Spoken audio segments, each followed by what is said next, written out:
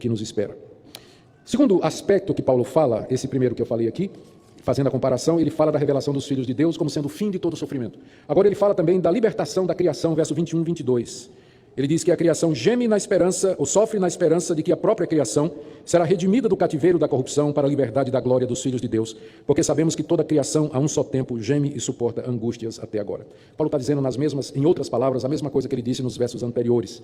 Ou seja, primeiro, que a criação está cativa da corrupção. Quando ele fala em corrupção aqui, a gente tem que entender isso como aquele processo de decaimento, declínio da natureza que foi imposto por Deus quando o homem caiu. E a criação está presa, ela está cativa, ela não tem saída. Por isso, Paulo diz aqui que ela geme e suporta angústias.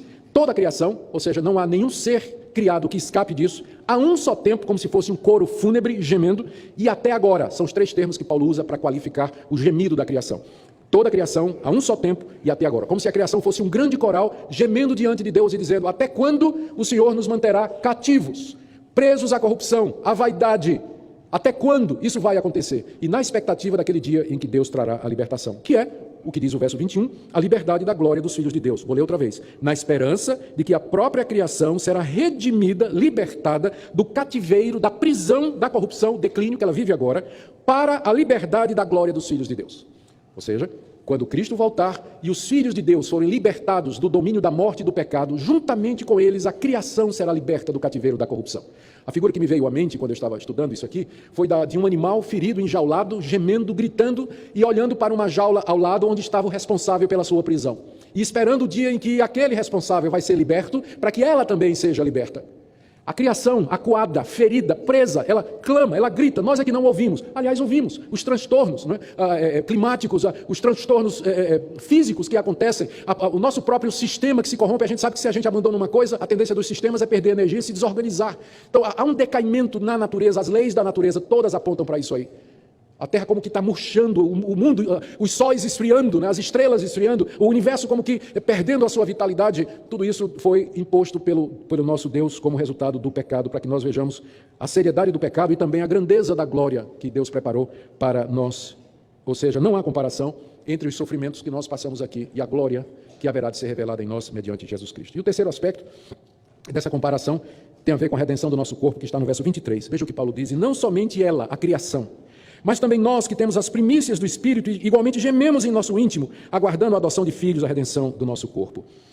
Aqui eu quero destacar algumas coisas. A primeira delas é que Paulo diz que o fato de nós sermos crentes não nos salva, não nos protege dos sofrimentos desse mundo presente. Notaram isso? Olha como ele diz. E não somente a criação, não somente toda a humanidade, o resto da humanidade, mas também nós. Quem são esses nós aqui? Ele explica: nós que temos as primícias do Espírito. Quem são esses que têm as primícias do Espírito? São os filhos de Deus, que foram salvos, que foram justificados, que foram perdoados, que receberam o Espírito Santo, que dá testemunho, que nos guia, que nos orienta, que nos inclina a pensar as coisas de Deus. Tudo isso que Paulo falou no capítulo 8. Nós temos o Espírito Santo. Então, o fato de nós termos o Espírito Santo não nos protege dos sofrimentos do mundo presente. Não é isso que ele está dizendo aqui? Vou ler de novo. E não somente ela, a criação, mas também nós que temos as primícias do Espírito, igualmente gememos em nosso íntimo. Então, eu espero que esse versículo cure você daquele falso evangelho, chamado às vezes de teologia da prosperidade, que diz que se você for fiel o suficiente, tiver fé o suficiente, você não vai sofrer nesse mundo. Inclusive tem igrejas cuja propaganda é: pare de sofrer. Não é a igreja do apóstolo Paulo essa, pode ter certeza. Ele está dizendo que inclusive nós, que temos as primícias do Espírito Santo, igualmente como os demais, gememos no nosso íntimo. Gememos de quê? Nós gememos pelas dores, pelas tragédias, pelas perdas, pelo sofrimento que nos acontece. Acontece com o descrente, acontece com o crente. Se um avião cai, morre crente e descrente. Se tem um acidente de ônibus, morre crente e descrente. Se tem uma epidemia, morre o seu filho e o filho do ateu, seu vizinho. Se há um problema financeiro no país, a sua empresa fecha, igual a empresa do ateu. Porque nós vivemos num mundo que está debaixo do sofrimento. E a presença do Espírito Santo não é uma espécie de garantia de que estas coisas não nos atingirão. É exatamente por não entender isso que muitas pessoas entram na igreja atrás das bênçãos materiais de Deus. E aí recebem promessas de falsos profetas e falsos pastores. E quando essas promessas não se cumprem, eles se desiludem. E em vez de se desiludir com aquela igreja e com aquele falso pastor, se desilude com o cristianismo em geral. E com o próprio conceito de Deus. E aí forma uma legião incontável de desigrejados, pessoas que tiveram experiências negativas em igreja porque tinham expectativas erradas a respeito do que é o Evangelho. E elas formam uma legião crescente no Brasil de gente decepcionada com o Evangelho. Mas decepcionada não porque o Evangelho é falso, mas decepcionada com o falso Evangelho que foi apresentado para elas. Falso Evangelho. O verdadeiro Evangelho é esse aqui. Nós vivemos num mundo debaixo de sofrimento por conta do pecado do homem. E nós fazemos parte disso, já nascemos parte de uma raça marcada pelo pecado, pela corrupção e que tem o sofrimento como sua característica. E você não vai se livrar disso. Se você pensa que sua felicidade está aqui nesse mundo, você está iludido. Veja para onde Paulo aponta, aonde ele quer que a gente coloque os olhos. Qual é a nossa fonte de expectativa e de alegria? É exatamente a glória vindoura. Porque se você põe sua felicidade aqui numa pessoa, ela vai decepcionar você. Se você põe sua felicidade nas riquezas, elas não vão encher o seu coração. Está cheio de rico, oco aí, que vive em angústia, cometendo suicídio. Atriz de cinema, fazendo a mesma coisa. Não. A nossa felicidade não está aqui. E não há nada nesse mundo que possa encher o nosso coração. Por isso que o apóstolo Paulo aponta para a glória vindoura. E ele diz, o que está por vir supera em muito os sofrimentos que nós passamos aqui. Por isso coloque os olhos lá.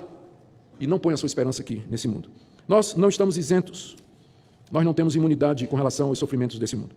Segundo ponto aqui do verso 23, o primeiro ponto é esse. Aqui do verso 23, que o apóstolo Paulo diz que nós, os crentes, sofrem igualmente com o restante da humanidade. O segundo ponto é que ele se refere aqui, pela primeira vez na carta, ao Espírito Santo como sendo, ou como trazendo as primícias. O que são primícias? Paulo está usando uma linguagem do Antigo Testamento. Você pode encontrar isso nos livros de Moisés, onde há a recomendação de que o judeu trouxesse as primícias da sua colheita como oferta a Deus. As primícias eram os melhores frutos da primeira fase da colheita, que o israelita arrecadava e ele levava num cesto e oferecia no templo em gratidão a Deus, dizendo que tudo que ele tinha era de Deus e vinha de Deus e pertencia a Deus. Era uma expressão de gratidão. Então primícias, o nome está dizendo, são os primeiros frutos representativos do restante da colheita. Ao trazer as primícias, o israelita estava dizendo, eu te trago as primícias para dizer que todo o resto que ficou lá na fazenda te pertence. Eu estou trazendo uma amostra do que tem lá na fazenda, para dizer que é teu, tudo é teu, Senhor. Isso aqui representa tudo mais da colheita da fazenda. O Espírito Santo ele funciona como primícias, no sentido de que Deus nos dá o Espírito Santo como uma amostra daquilo que está lá na fazenda celestial, daquilo que Ele está preparando para nós e que nos pertence.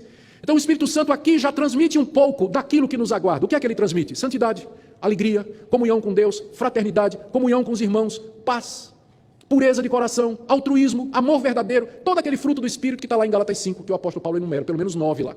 Aqui ele falou de várias coisas, que nós nos referimos a Deus como Pai, mediante o Espírito Santo, que o Espírito Santo testifica ao nosso espírito que nós somos filhos de Deus, aquela certeza do carinho e do amor de Deus por nós. Isso é apenas uma amostra, aquele cesto com as virtudes, ou a amostra das virtudes, das graças, das bênçãos, dos privilégios que nós teremos lá no novo céu e na nova terra, que Deus preparou e que se aproxima a cada dia. Então é assim que o Espírito Santo faz, e é isso que nos sustenta. Veja agora em terceiro lugar, o final do verso 23, quando Paulo diz que mediante as primícias do Espírito, mesmo gemendo em nosso íntimo, nós aguardamos a adoção de filhos, a redenção do nosso corpo. Então, nós vivemos aqui aguardando. Essa é talvez uma das melhores definições do que é a vida cristã. A vida cristã é uma vida de espera, de aguardo. Nós estamos aguardando porque isso aqui não é o fim. Isso aqui não é o fim. Nós estamos aguardando ainda. Ou seja, nós temos esperança. Nós vivemos em expectativa. E o que é que nós esperamos e o que é que nós aguardamos?